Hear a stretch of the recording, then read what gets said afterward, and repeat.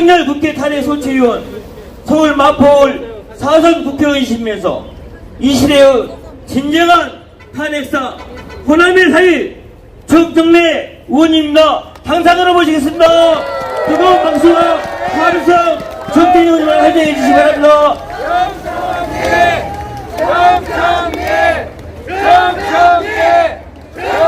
네. 여러분 안녕하십니까.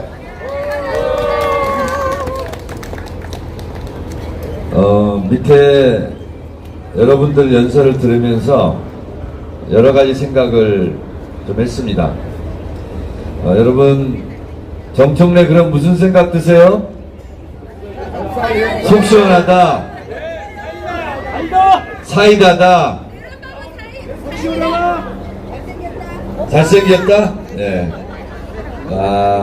밑에 들으면서 제가 오늘 드릴 말씀 연설 내용을 좀 바꿨어요. 그래서 가슴에서 밑에서 느끼면서 했던 말씀을 좀 드리려고 합니다. 저는 충청남도 금산에서 10남매 중에 10번째 막내로 태어났습니다. 제 아내는 전라남도 강진에서 역시 10남매 중에 또 10번째 막내로 태어났습니다. 제가 고등학교 때 문학 서클 활동을 했는데 난생 처음 썼던 시 제목이 농부의 아들이었습니다. 1972년 초등학교 1학년 때 우리 아버지가 새마을 지도자였던 것이 그렇게 자랑스러울 수가 없었습니다. 그리고 근면자조 협동 모자를 쓰고 다녔습니다. 여기 와보니까 장성근, 황룡면, 닭전머리, 저도 아버지 따라서 금산 장날에 갔을 때 저렇게 닭 팔고 했던 그 엄마들 아빠들이 생각이 오늘 참 많이 났습니다. 저는 중학교 때까지 시골에서 토요일, 일요일이 제일 싫었습니다. 일해야 되니까 학교 가는 것이 제일 마음이 좋았습니다. 저는 살면서 내가 중학교 때까지 시골에서 일했던 것이 너무너무 부끄러웠고 싫었습니다. 저는 평생 부모님으로부터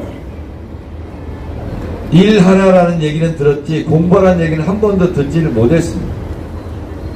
한 번은 중학교 3학년 때 시험 공부하려고 몰래 도망가서 일요일날 변도 스스로 싸가지고 공부하러 갔는데 아버지가 4km를 쫓아오셔가지고 야 이놈아 학생이 무슨 공부냐, 일하러 가자, 이런 얘기를 듣고 자랐습니다. 저는 제가 어렸을 때 제일 불우하게, 어렵게, 힘들게, 고단하게 살았다고 생각했습니다. 그런데 저보다 더 힘들고 저보다 더 어렵게 산 저하고 비슷한 또래 사람이 하나 있었습니다. 그 사람은 초등학교 눈이 오거나 비가 많이 오면 학교를 못 가서 초등학교 결석을 너무 많이 한 학생이었습니다. 저는 그래도 시골에서 중학교, 고등학교 갈 걱정은 없었는데 이 소녀는 중학교 갈 형편이 못 됐습니다. 그래서 친구들은 교복 입고 중학교 갈 때 작업복 입고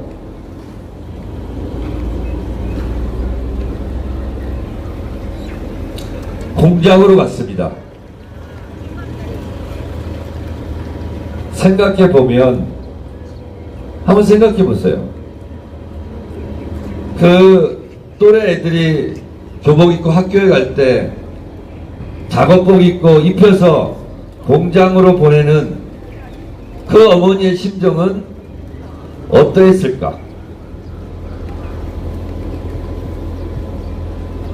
애들 시험 공부한다 뭐한다 할 때 아들이 13살, 14살짜리가 야근하고 돌아와서 지쳐서 허겁지겁 밥 먹고 고단하게 자는 그 어린 아들의 자는 모습을 보면서 그 소년의 어머니, 아버지는 얼마나 가슴이 미어졌을까, 그런 생각을 저는 했습니다.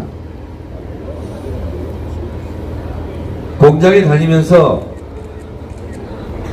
공부해야 되겠다는 생각을 한 이유가 두들겨 맞고 싶지 않아서, 고등학교는 나와야 그래도 작업 반장이라도 할 수 있으니까, 그래야 안 두들겨 맞으니까 공부를 해야 되겠다고 생각했던 소년공이 있었습니다.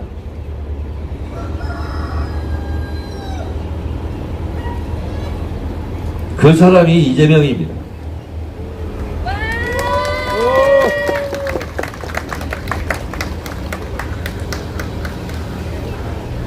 지금도 팔 하나가 안 펴집니다. 팔 하나를 이렇게 하게요. 이재명 후보에게 두 손 들으라면 한 손을 잘 못 듭니다.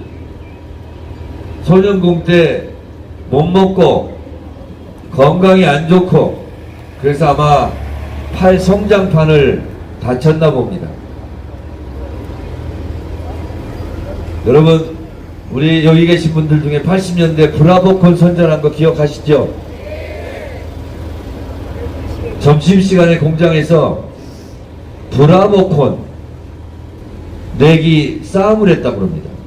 그런 권투를 시켰대요. 근데 이재명은 팔이 하나가 안 좋아요. 엄청 두들겨 맞았다고 합니다. 이 브라보콘을 보면 낭만이 있고 CM송 나오는 것처럼 연인이 데이트하고 하는 것만 우리는 생각하지만, 그 브라보콘에 한이 맺혀 있는 사람이 이재명일 겁니다. 이런 말씀을 왜 드리냐면, 저도 정치를 하면서 아까 어떤 분도 그런 얘기 하시던데, 여의도 국회에서 속 시원하게 장관들, 총리 혼내주고 하는 게 사이다 같다, 우리 민심을 반영해 주는 것 같아서 좋다, 이렇게 말씀하시잖아요. 제가 센 사람한테는 셉니다. 그러나 돈 없고 백 없어 서러운 사람한테는 한없이 제가 약합니다. 사람이라면 그래야 되지 않겠습니까? 그거를 잘하는 사람이 이재명입니다. 억강부약. 강한 것은 억제를 하고 약한 것은 좀 부양을 시키자. 정치가 뭡니까? 돈 있고 백 없는 사람들은 알아서 잘 살아가요. 정치는 돈 없고 백 없어 서러운 사람들, 그 사람들 눈물을 닦아줄 수 있는 그런 사람들이 정치를 해야 되는 거예요. 이재명은 본인 스스로가 썩은 과일 먹던 사람입니다. 성남 상대원 시장에서 아버지 리아카를 뒤로 밀고 가고 있는데, 같은 또래 여학생을 보고 나서 너무너무 창피했다고, 그런 그 같은 내용들이 많이 나옵니다. 저도 초등학교 6학년 때 서울에서 전학 온 전도사집 딸이 있었는데, 그 딸을 속으로 좋아했어요. 그래서 교회 가고 싶었어요. 그런데 아버지가 그래요. 학생이 무슨 교회냐, 일하러 가자. 그래서 일요일날 하루 종일 콩 타자가는 콩줄기를 지게다 지고 날랐는데, 교회 끝나고 그 여학생이 제 앞을 걸어오고 있었어요. 하필이면 지게가 기울어서 그 여학생 앞에서 꽈당 다 발라당 넘어졌어요. 너무 창피하고 부끄러워서 얼굴을 안 보려고 땅바닥에 엎드려서 이마에 땅을 대고 울었습니다. 근데 그 아이가 다친 줄 알고 자꾸 와서 저를 괜찮냐고 물어봐서 안 괜찮다고, 너 보기 창피하니까 빨리 가라고. 그날 얼마나 울었는지 모릅니다. 여러분, 어렵고 힘든 사람은 그 삶을 살아온 사람만이 그 사람들의 심정을 알 수 있고 그 사람들의 삶의 개선을 위해서 온몸으로 체험하고 했던 그 기억으로 정책도 하는 겁니다. 이재명 후보가 성남시장에 할 때 무상교복 괜히 나온 게 아니에요. 본인이 얼마나 교복을 입고 싶었겠어요. 이재명 후보는 정책 하나하나가 자기의 삶에서 나오는 거예요. 그래서 진정성이 있는 겁니다. 여러분, 이런 사람 대통령 돼야 되지 않겠습니까? 이재명! 저 이재명! 어제까지 신나게 춤추고 오늘 뉴스공장도 나왔던데 담양 곡성 가서 춤추면서 유세하니까 국민의힘 선거운동원들 와서 막 춤추고 막 그럽니다. 근데 오늘은 웬일인지 여기 나와 있는 닭도 보고 오리도 보고 또 아까 농민들 얘기하는 거 듣고 하니까 그냥 이런 얘기 하고 싶었어요. 여러분, 45년 전 우리가 까마득히 잊고 있지만 80년 광주 전두환 일당의 5.18 우리 광주 시민들이 학살한 거 어제 했다고 생각해 보세요. 45년 지났기 때문에 지나간 일이라고 잊어도 된다고 생각하지 마시고 어제 그런 일이 있었다고 생각 한번 해보세요. 광주 출전과 노래 중에 그런 게 있습니다. 왜 찔렀지? 왜 쏘았지? 잘려나간 젖가슴 이런 얘기 합니다. 상상해 보세요. 내 가족이, 내 여동생이, 내 누나가 그런 일을 당했다면 여러분 어떻게 하시겠습니까? 생각할수록 분하고 원통하고 그러지 않습니까? 여러분, 저는 3년 동안 이재명 후보를 옆에서 지켜본 사람입니다. 2년간은 바로 옆짝꿍이었어요. 윤석열 검찰 독재 정권한테 3년간 당한 거 생각하면 진짜 이가 갈립니다. 제가 언젠가 광주 도청 앞 5.18 광장에 전일빌딩 옆에 써있는 전일빌딩 245라고 써있어요. 그 245가 뭐냐면 80년 광주 때 헬리콥터 기총수사를 한 총탄 흔적이 245개가 있다, 이런 뜻입니다. 광주에서 전일빌딩의 총탄 흔적만 245개가 있는 것이 아니라 윤석열 검찰 독재 정권 동안 이재명은 245번 이상의 압수수색을 받았어요. 저는 그것이 이재명 가슴에 나 있는 총탄 조각, 총탄 흔적 같은 그런 생각을 갖고 있다고 저는 그때 말씀드렸어요. 어떻게 세상에 한 사람을 몇백 번씩 압수수색하고 죄도 되지도 않는 것을 가지고 그렇게 사람을 죽이려고 그렇게 못 살게 생각할수록 징그럽고 이가 갈립니다. 여러분, 이런 거 잊으면 안 됩니다. 이재명 후보 법으로 죽이려다가 안 되고 언론의 펜으로 죽이려다 안 되고 진짜로 칼로 찔러서 죽이려고 해도 안 되고, 그러니까 이번에 군인들 시켜서 이재명도 죽이려고 하지 않았습니까? 여러분, 김대중 대통령도 그렇게 여러 번 죽이려고 했지만 안 죽고 살아난 이유는 여기 계신 분들이 다 살려준 거 아닙니까? 이재명도 마찬가지입니다. 그렇게 죽이려고 해도 죽지 않고 이렇게 대통령 후보가 될 수 있었던 것은 우리 국민들이 이재명을 지켜주셨기 때문에, 살려주셨기 때문에 이렇게 대통령 선거에 또 나올 수 있었던 거 아닙니까? 그래서 저는 진짜 대한민국 국민들께 감사드립니다. 여러분, 12월 3일 날 윤석열은 계엄군을 시켜서 이재명도 죽이고, 그리고 저 정청래도 죽이려고 했어요. 저도 체포 명단에 있더라고요. 생각해보면 생각할수록 12월 3일 밤 10시 48분에 제가 담을 뛰어넘었대요.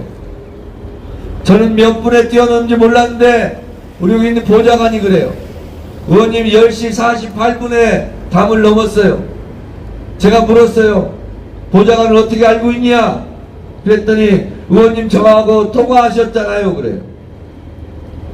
집에서 나오면서 국회까지 한 15분에서 20분 걸리는데 보좌관하고 4번 통화했대요. 지금도 기억이 안 나요. 제가 법사위 할 때 기억력 좋잖아요. 국회법도 외우고 그러잖아요. 국회법 49조 1항 위원장은 위원회를 대표하고 의사를 정리하고 질서를 유지하며 사무를 감독한다. 이거 다 외우잖아요, 제가. 그런데 이상하게 계엄 터졌을 때 이재명 대표한테 빨리 국회로 나오시라고 통화한 건 기억이 나는데, 차 타고 집에 오면서 집에서부터 국회까지 오는데 우리 보좌관하고 4번 통화했대. 기억이 없어요, 지금도. 이게 처음이에요, 저는. 그만큼 저도 본능적으로 무서웠나 봐요. 죽을지도 모르는 국회로 간다고 생각하니 그 순간이 너무나 살떨렸나 봐요. 기억이 없어. 아무리 기억하고 싶어도 기억이 안 나요. 이재명 대표는 국회에 도착해서 잡힐까봐 자기 방에 가지 못하고 다른 방에 가서 숨어있고 나무 밑에 숨어있고 그랬대요. 국민 여러분들 덕분입니다. 국민들이 국회로 뛰어와서 막아주고 국회의원들 투표할 시간을 벌어줘서 계엄을 해제할 수 있었어요. 안 그랬으면 저는 불기의 객이 돼서 어디서 죽었는지 시신도 못 찾았을지도 몰라요. 그런 거 생각하면 정말 눈물 납니다.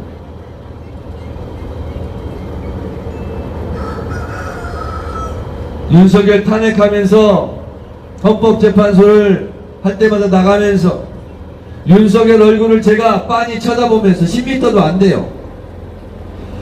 제 눈을 한 번도 못 마주치더라고요. 제가 눈을 마주치면 손안을 비우면 안 되니까 눈으로 당신 왜 나 죽이려고 그랬어? 이거 물어보고 싶었어요.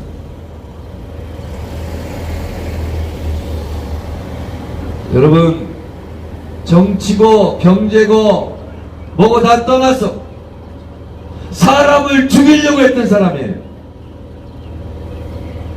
이재명 후보가 윤석열한테 밥을 달라고 했어요? 떡을 달라고 했어요? 왜 사람을 말로 안 하고 죽이려고 그러냐고. 아휴, 여러분, 저는 아직도 저 내란연당 내란세력 지지하는 국민들 보면 너무 마음이 아파요. 그분들을 저는 욕하지 않습니다. 뭐가 씌워서 저럴 수도 있지. 언젠가는 돌아오겠지. 저는 정치인을 공격하더라도 내가 아닌 다른 사람을 지지한다고 해서 국민들을 저는 공격하지 않습니다. 국민이니까. 여러분, 오늘 이 자리에 모이신 우리 장성근 우리 닭전머리 시장에 뭐 저 보려고 나오신 분도 좀 계시겠죠. 제가 오늘 이상하게 신나게 춤도 추면서 유세를 하려고 왔는데 이상하게 아침 입구부터 닭 보고 오리 보고 그러니까 옛날 생각, 우리 시골 장터 생각이 자꾸 나고 아버지 생각도 나고 어머니 생각도 나고 그래서 오늘 유세를 좀 망친 것 같아요. 눈물도 나고 저는 첫날 제가 마포에서 선거 첫날 유세하는데 눈물 참느라고 혼났어요. 왜냐면 언제 어떻게 될지도 모르고 이재명은 어떻게 죽을지도 모르고 또 죽으려고 살려고 살동 죽을 동 하면서 이재명 옆에서 이재명 지키고 이재명 후보도 저도 오늘 같은 대선 운동이 선거 운동 할 수 있는지 없는지도 모르고 3년을 견뎌왔거든요. 그런데 국민들이 이재명 후보 목숨 구해주고 정청래도 살려주고 그래서 대선 선거 운동을 할 수 있게 된 그 첫날 그것이 너무 고맙고 그리고 잘 견뎌준 이재명 후보에게 더 고맙고 그래서 첫날 유세하면서 중간중간 울컥울컥해서 혼났어. 그래도 눈물 보이면 안 되지. 그래도 제가 탄핵 헌법재판소 다닐 때도 속으로 너무너무 긴장되고 스트레스 받았는데 제 얼굴 표정이 어두우면 국민들이 불안해하실까봐 밝은 표정 짓느라고 진짜 힘들었거든요.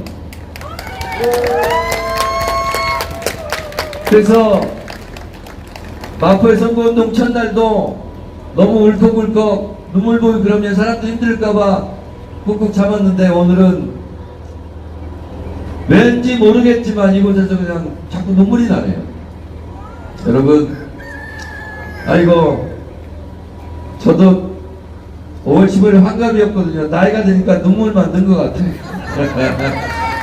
아이고, 하여튼 여러분 이재명 후보 대통령 돼야 되잖아요.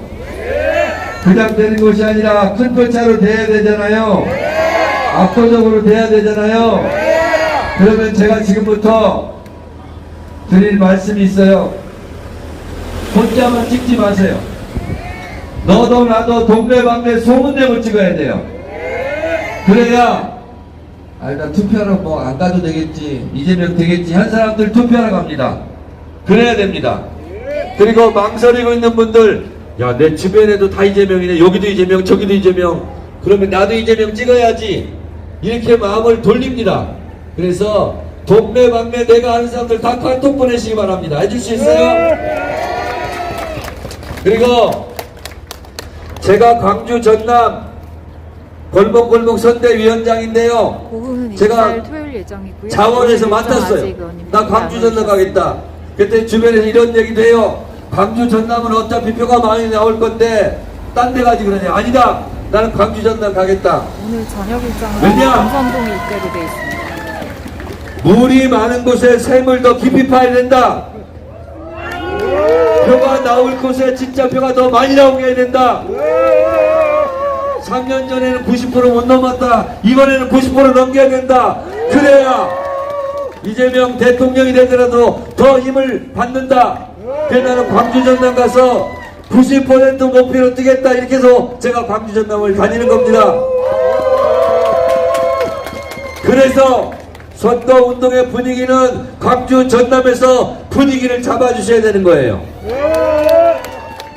광주 전남에서 저렇게 뜨겁게 지지를 하고 있구나, 이걸 전국으로 다 퍼져야 됩니다. 그러려면 우리가 그걸 보여줘야 돼요.